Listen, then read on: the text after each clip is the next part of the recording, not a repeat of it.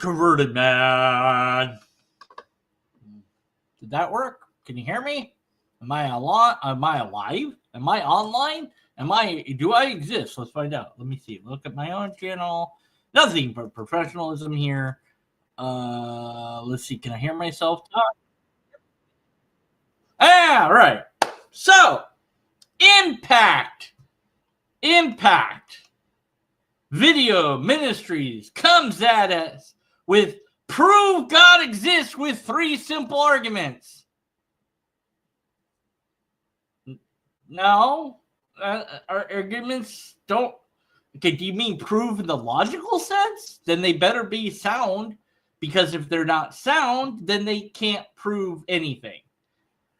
I don't know why apologists do this, but whatever. Anyways, I wonder what 3 broken arguments they're going to have. Oh, I bet it's going to be the kalam and moral argument, and let's see, what else? Fine-tuning?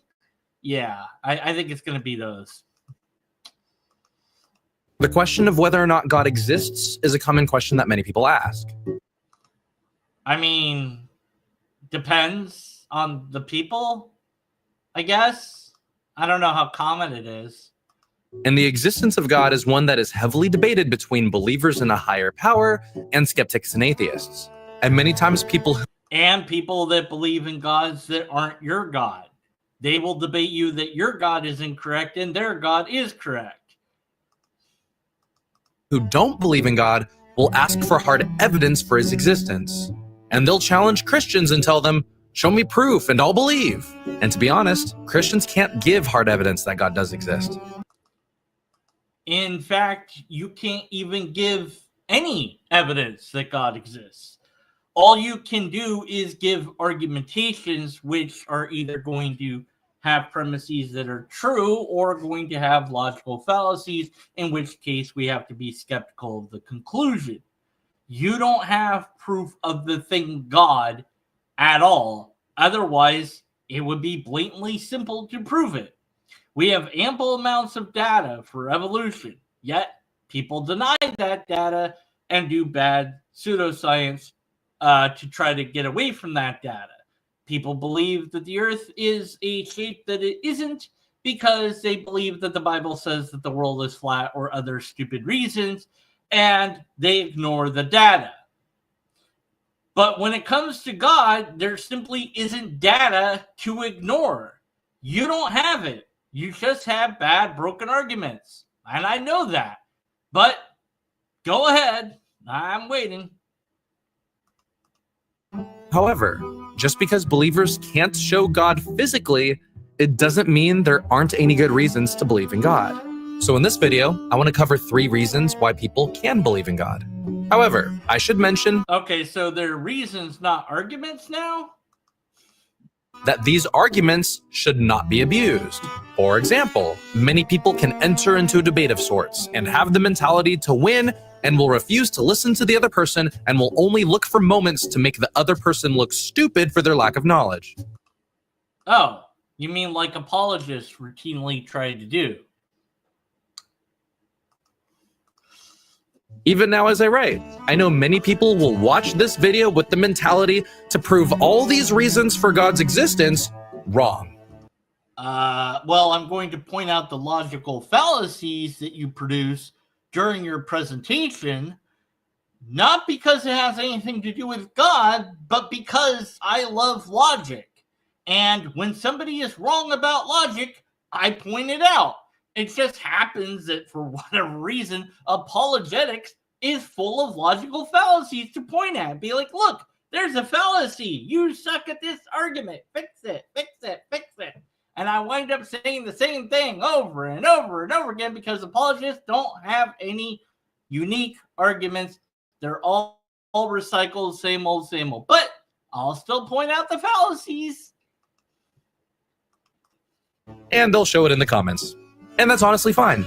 But know that if you're a Christian, know that these 3 arguments that I'm about to cover are meant to promote discussion and to get people to consider that God may actually exist. Well, why not work the other way around? Try to prove that God doesn't exist. And think about the idea that God might not exist, that your God might not exist, but maybe some other God, or maybe no God at all. Why not try to find out if you're wrong before trying to say that you're right? Just an idea. So should you use them, be humble about it.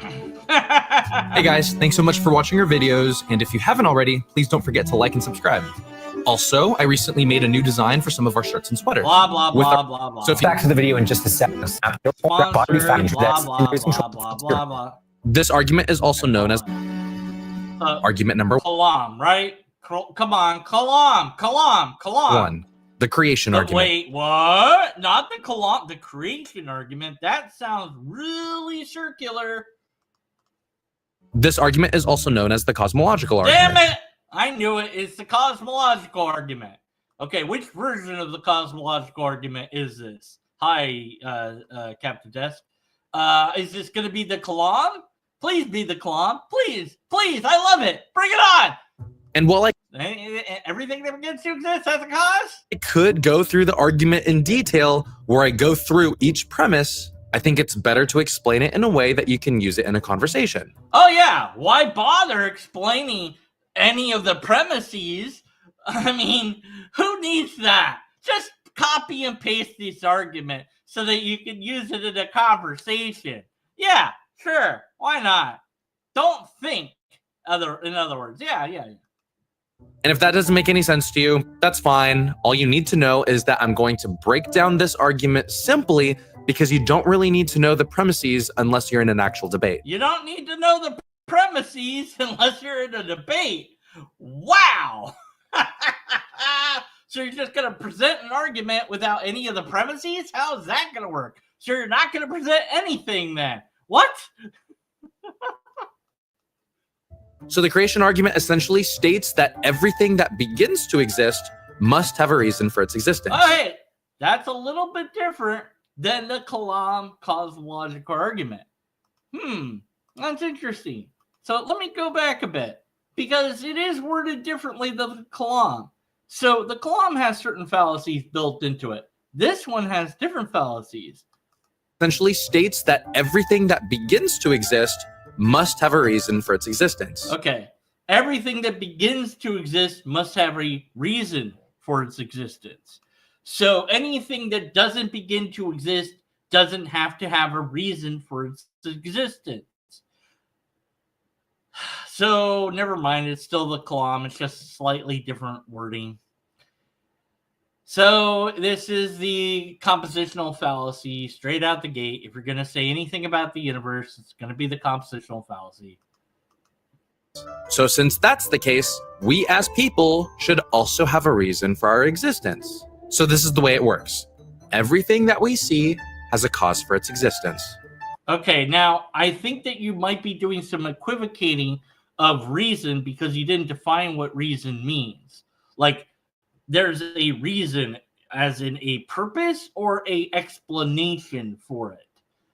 Vague language is also a problem in the Kalam cosmological argument, and it carries over here, and this is just another version of the Kalam.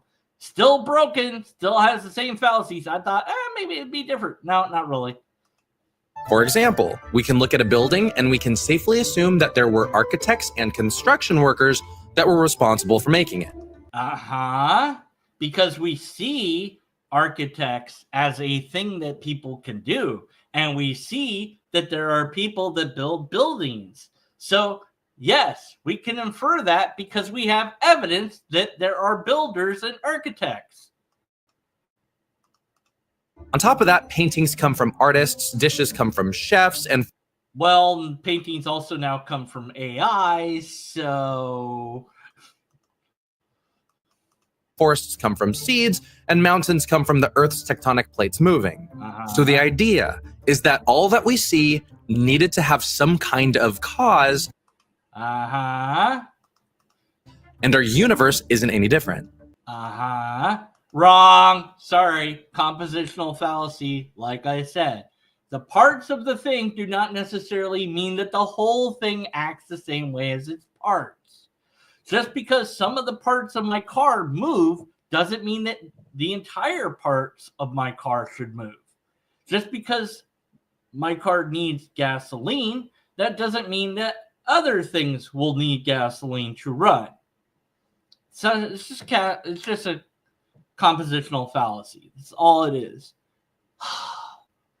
When we are talking about the universe, we get back towards the T1 point in time, and as we get further back with the Big Bang cosmological model, which is one of many, but it's the most widely accepted right now, the universe gets smaller and smaller and smaller into this dense state, and the temperature goes way up into what's called the Planck temperature, at which point physics as we understand it breaks down, even potentially negating cause and effect. Now, we can't say that cause and effect isn't there, but we can't say that it is there. And because of that, we can't say that this rule is consistent back in time. Also, the universe, being that singularity spot, might have always been that singularity spot until time began. Because until time began, there wasn't space either. There was just that tiny dot of energy. No, but it was occupying space, sort of, but it wasn't, but it was. I don't know how that works. And it expanded. Why did it expand? How did it expand? I'm no cosmologist. I don't have any idea. Was there any cause to that? Don't know. Maybe, maybe not. Maybe it just did it because it did it and for no other reason. Or maybe there is some fundamental nature of reality that we do not yet understand that made everything start up. But these mysteries will not be resolved with logic alone. We're going to need hard data gathered from science to get to a conclusion that we can be sure about, because we will have the models to demonstrate that that conclusion is actually valid and sound. Without that data, we cannot draw any conclusion. The problem with the cosmological argument is that it assumes that cause and effect goes back indefinitely, but it turns out we don't know that that's the case. And because we don't know that, we cannot say that this rule applies to everything, especially as we go back in time.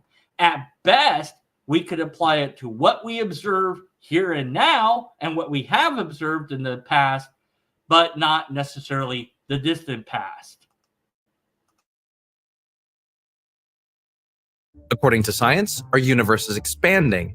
And if it's continuously expanding, then if we were to rewind time, there had to have been a point in which everything started. So the question is, and this is just incorrect. We know this. No, scientists don't really say began. They don't really say started. Those are terms that me and you might use, but not cosmologists. I do not know why apologists continue to push out this pseudoscience of saying the universe began when that's just not what science says regarding Big Bang cosmology. The only guess I have is either they don't care about science or they don't know. So either they're ignorant or maybe they're just lying. I'm not sure which. And I'm not sure which is worse. And they're both pretty bad. the question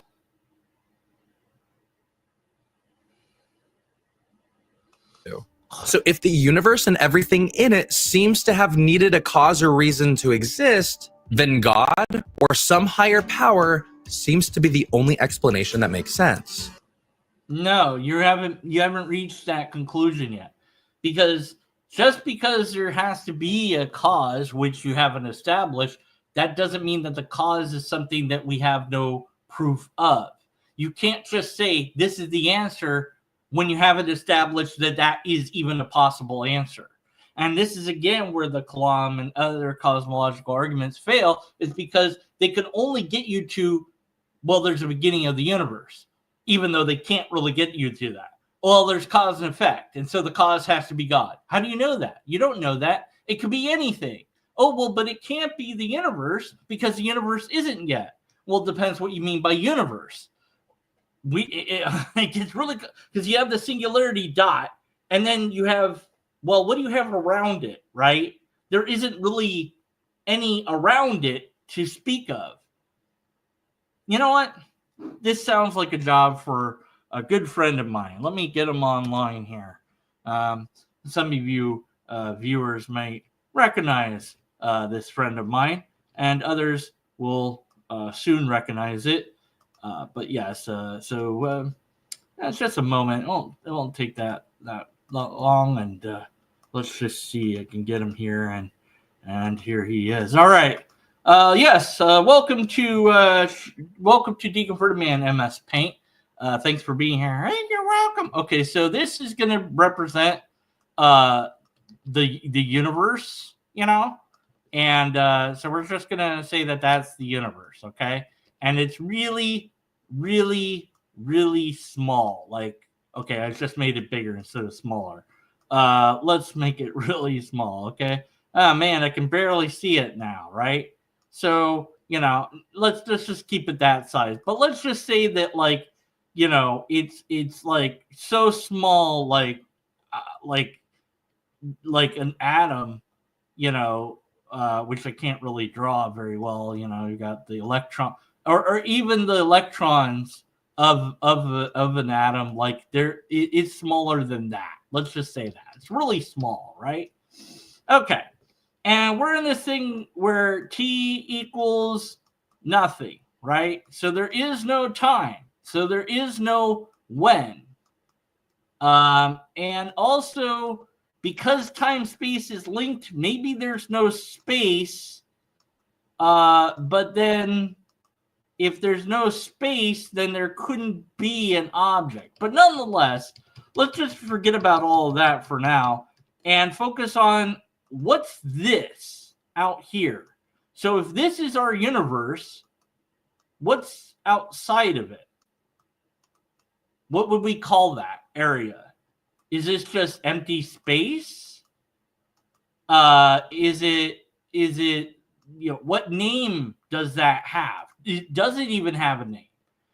Should it have a name? I don't know the answers to these questions. But you're saying that that the universe can't be the cause of itself because reasons, and whatever is outside the universe, whether there is or isn't anything else outside of the universe, that could very well be the cause of the universe. But you're just saying that that's God because it is, which isn't an argument. It's just an assertion. But that's okay. You don't need to know these premises to use an argument. You don't need to know anything. And I know some people will say, you Christians look at the unknown and turn off your minds and credit the unknown to God. Pretty much. At least scientists are out there observing and trying to figure everything out. Yeah, that's correct. That is something that you guys are doing. You keep insisting it's God. And every time humans have thought it was God in the past, turned out, nope, it's just natural. Lightning, that's God. Nope. Thunder, God. Nope. Volcanoes, God. Nope. Every single time. Diseases, bad spirits. Nope. Back when I was in college, I sat in one of my friend's classes. Sure you did. Is this going to be that you talked to the atheist professor and totally pwned him? Oh, please, be one of these made-up stories. Please. And JP Moreland was the professor, and he taught his class something interesting. And he stated, that the origin of the universe is outside the realm of science. Oh, he did. Wow. One single teacher taught something. That must make that right. Where did he get that idea, though? J.P. Moreland, huh? J.P. Moreland. Let's see. Who is he talking about? Who is J.P. Moreland?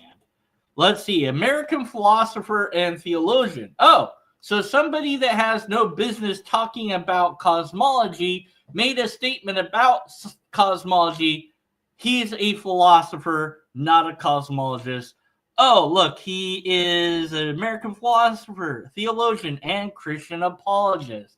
So, you know what? I don't care what he said now. It's non-applicable. Appeal to the wrong authority. Well done. Yay! Logical fallacies. And the reason why is because science is based on the scientific method. What? Or in other words, it relies solely on us making observations of the world around us. So due to the fact that time, space, and matter all began at a single point in time, which we don't know that they did, a point in time that no one can go back and observe, science then cannot answer the question of how the universe began. Wrong. Wrong. Wrong. Wrong. Wrong.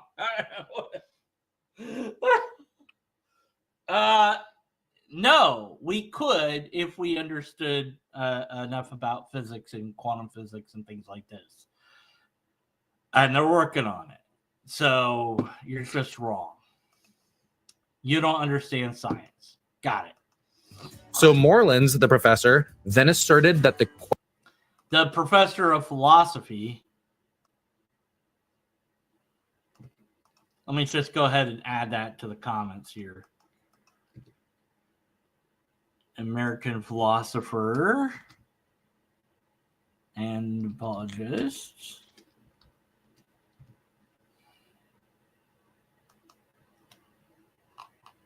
Question of how the universe began should actually be answered in the realm of philosophy.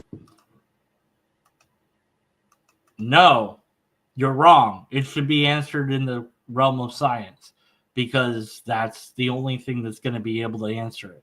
Philosophy is just thinking about stuff. Not science. And I thought that was interesting.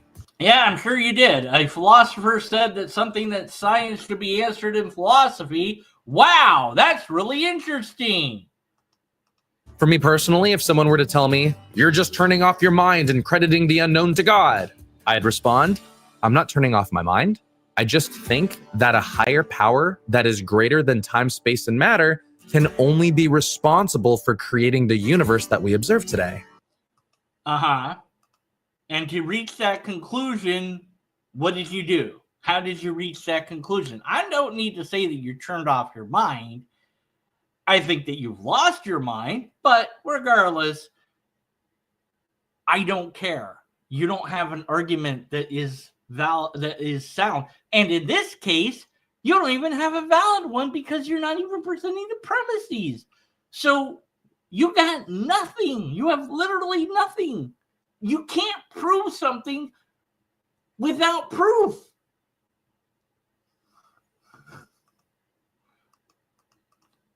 Do you have a better explanation on why everything exists today? Wow, nice burden shifting there. Do you have a better explanation? Well, first of all, you don't have an explanation. Let's get that real clear, fellow. You have something that you believe is an explanation, but has not been demonstrated to be an answer at all in the first place. Over here, we've got a glass sliding door. Now, should that door mysteriously slide open, I'd look and be like, well, I don't see anybody that's doing that. I'm pretty sure I locked it. There's no animals big enough to move it. It wasn't the wind, because that's not how sliding doors work. So why did my sliding door suddenly slide open? And then if I conclude it must be aliens, that would be a appeal to ignorance.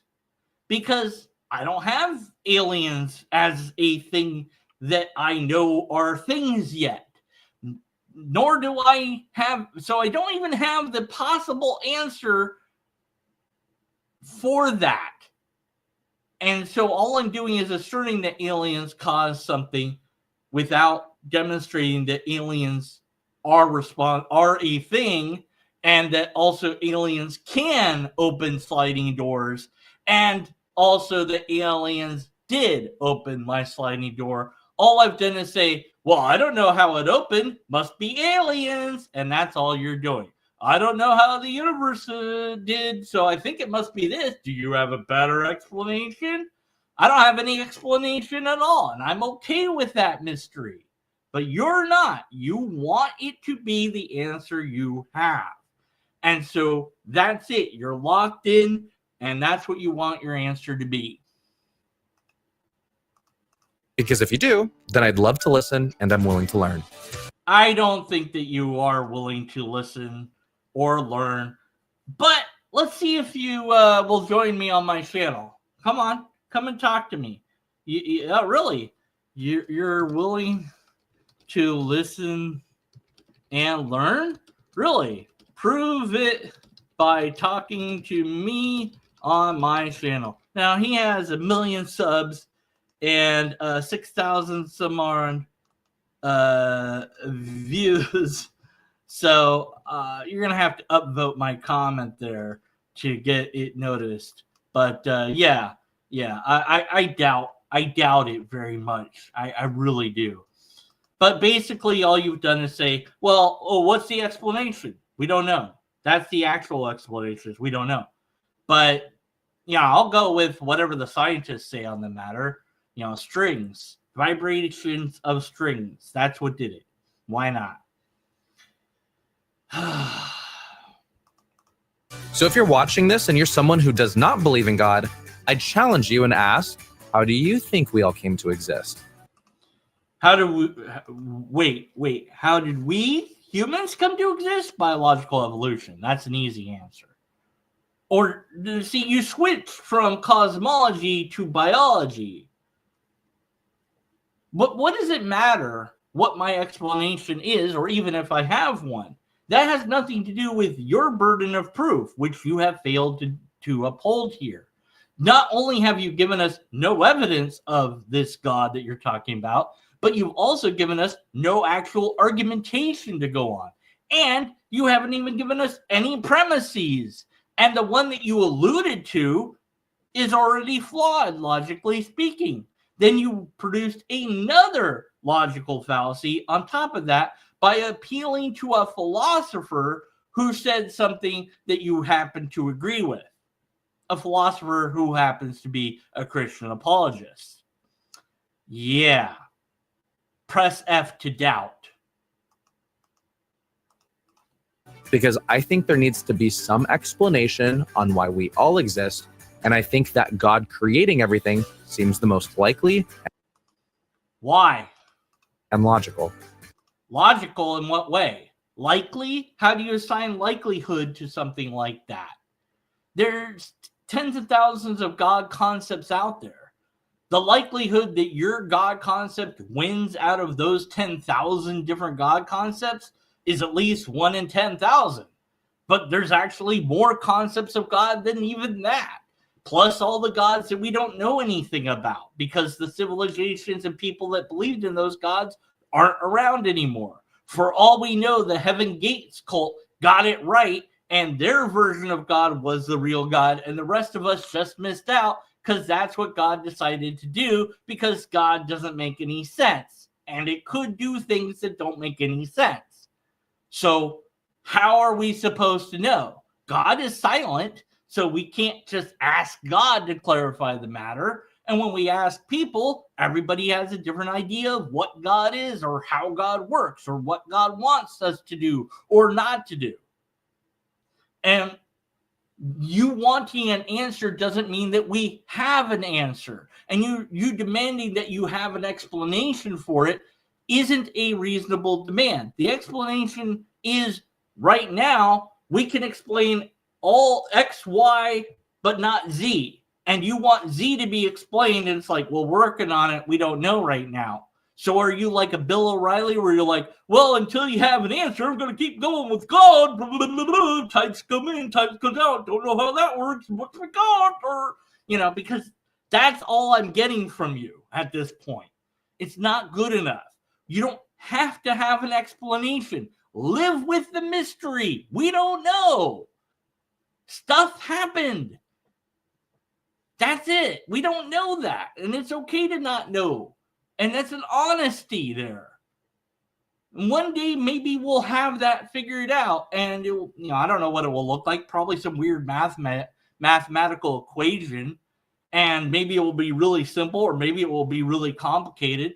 And you know what? The theist is just going to say, well, God did that, because they're never going to be satisfied with an explanation that isn't the God that they already believe in, because they're locked into the belief of God.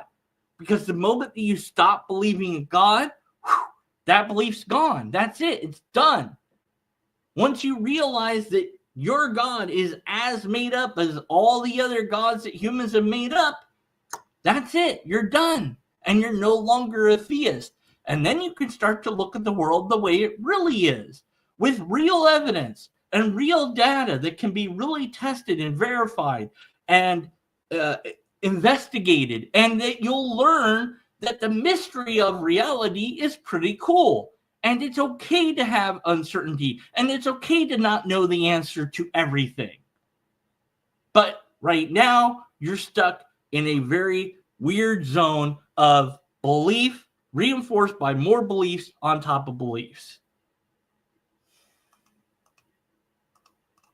And if you're a Christian and you're wondering how to use this argument in a conversation, you can simply ask people, don't use the argument, it's broken. Where do you think we all came from? And how do you think the universe began? Why does that matter? My answers don't have anything to do with your burden of proof. I make no... Where did humans come from? Biological evolution answers that. We're primates. I don't know much further than that. You're going to have to look up evolution to understand that. How? You mean cosmology? The Big Bang. Further than that, don't know. Ask some scientist. I'm not a scientist. I can't tell you that. I can tell you logical stuff because I know informal logic, but I'm just an amateur logician. So, Because it did not just pop into existence, something or someone needed to have caused it. Well, maybe it always existed, at least as the singularity. See, the universe existing as that singularity always is perfectly logical and rational and reasonable. So there's no reason to say that couldn't be. So if it always existed, then it never popped into existence. And also didn't need a cause because it was always there. And if they argue and say, well, how do we know that? Things can just pop into existence. And that might be the case for the universe. To that, I don't think anyone's ever actually argued that, but whatever. Sure, straw man. Why not? Probably say that we don't observe things popping in and out of existence freely in our day-to-day lives. Okay. Even though this isn't an argument that anyone actually makes, let's entertain it for a moment because this guy is a moron. Okay, so we have the state of nothing. Maybe I need to get MS Paint back for this. It's a good enough. Anyways, let's see. Yeah. All right. Let's see if I can get that on screen here.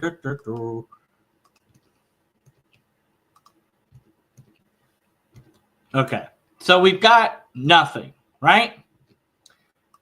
And then, for whatever reason, no reason at all, actually,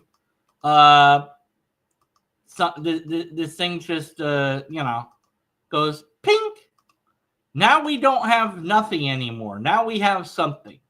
And that something comes with some sort of rule. it now exists. Okay? That's at least one rule. Okay, and then this something, we no longer, if there's stuff inside that something, and that something has all the rules in it that it needs to have, then the nothingness that's out here, well, it can continue to pop things into existence all at once.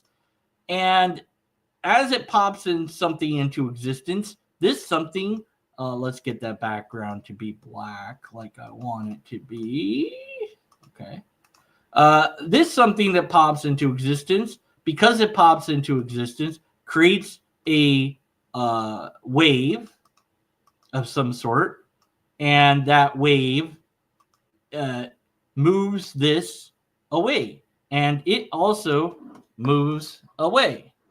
And so even though the state of nothingness that exists, because it can produce things out of nowhere, is constantly producing stuff, that stuff is constantly pushing each other away from each other. Now, inside of this speck are all sorts of rules that apply in this speck, but not anywhere else, right? They're only you and I are in this speck, and we must obey the rules inside of this, and we cannot get access to the outside because, well, we can't get past where our universe is expanding, which is constant. So even if we went the speed of light, we would never reach the edge of the universe.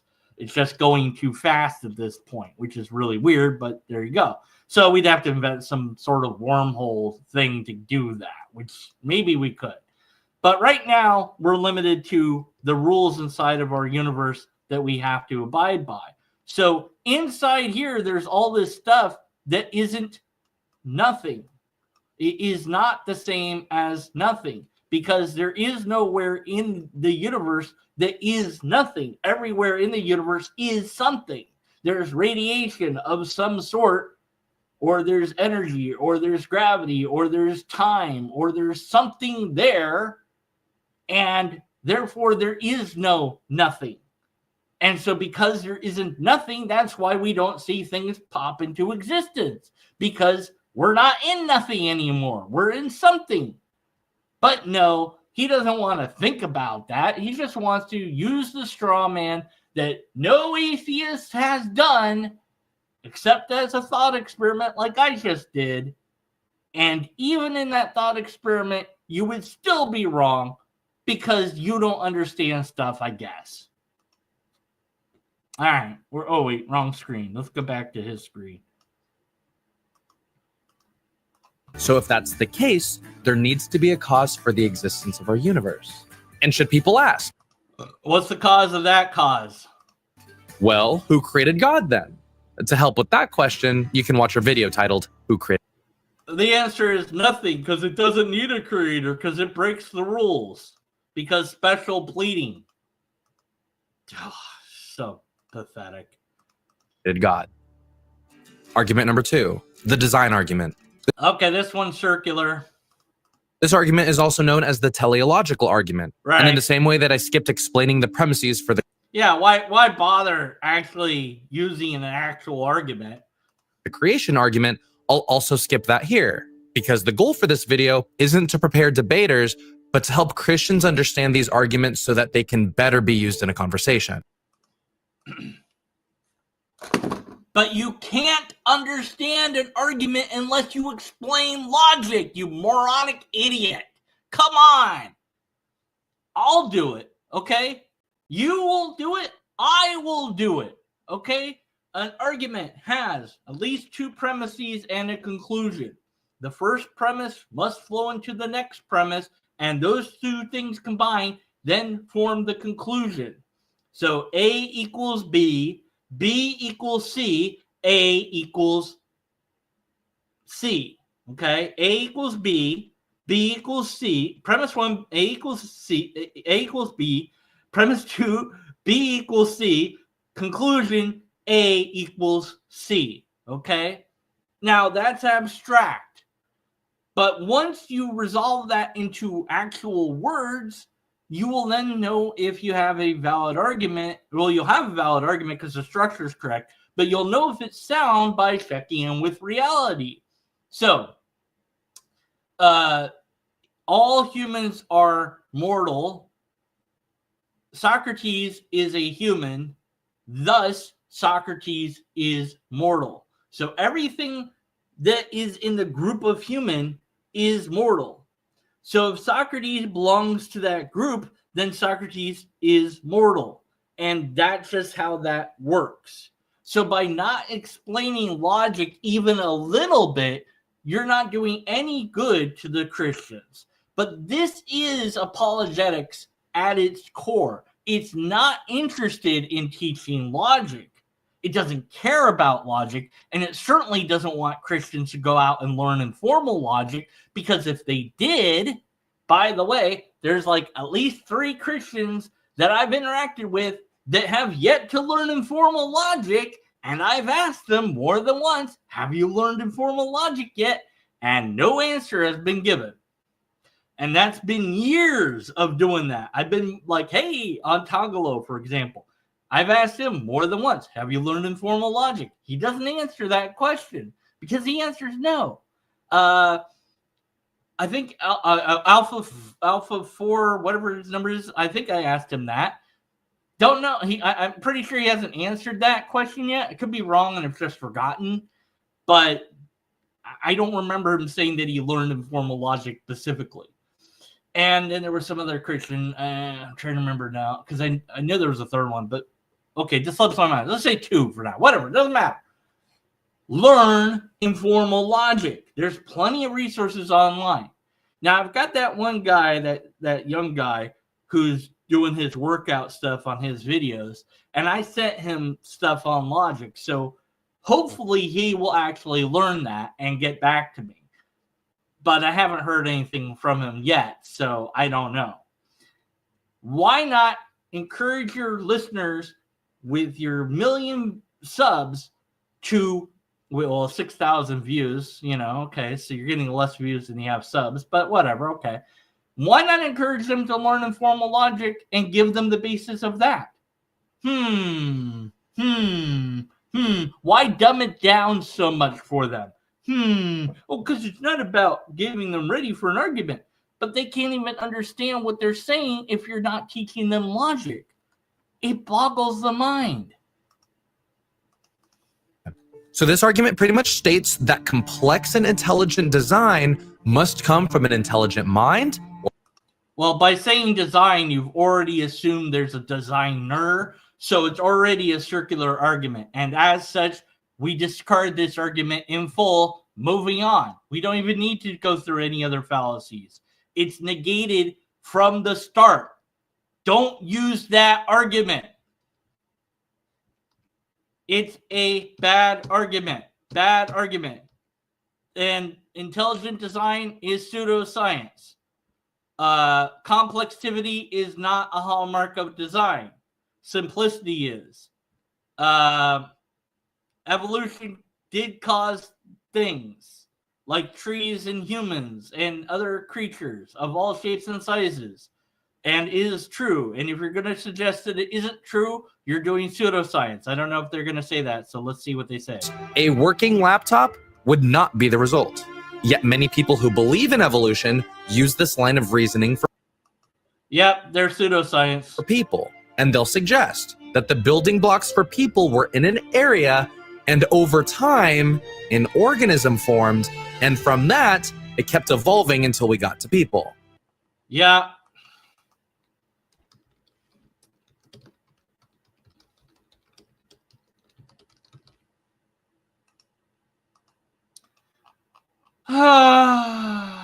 I mean, why should I expect better at this point?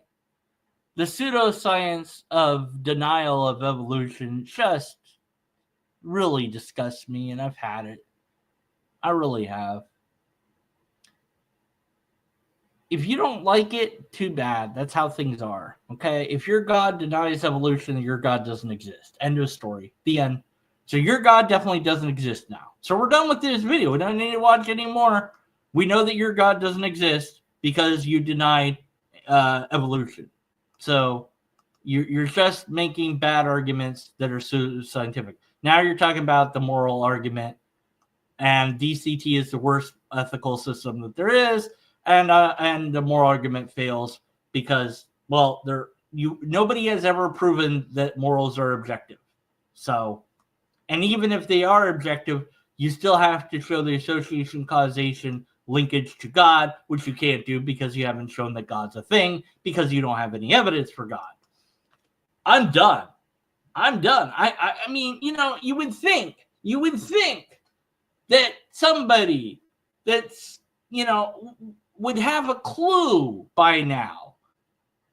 But these apologists just get stupider all the time. Denial of science, left, right, up, and down. Ignorance from start to finish. I'm not going to explain to you the argument. I'm just going to kind of gloss over it so that you can say it, regurgitate it in conversations, because it will make you feel good. Not to convince anybody, because they can't, because the argument sucks, but just to give them thing to think about. Just think about God existing. No, that's not enough. I need evidence, and you don't have it. All you have is faith, which is belief without evidence. That's what the word means. Some dictionaries don't say that, though. Some dictionaries give you different definitions. But when it comes to the Judeo-Christian God, you don't have evidence. You just have bad arguments. We didn't have any empirical evidence offered. We didn't have any repeatable test offered. And we didn't even have an argument offered. So we certainly didn't have a valid or sound argument offered. And because we don't have any of those things, we don't have anything at all. And because of that, we should be skeptical of his conclusions.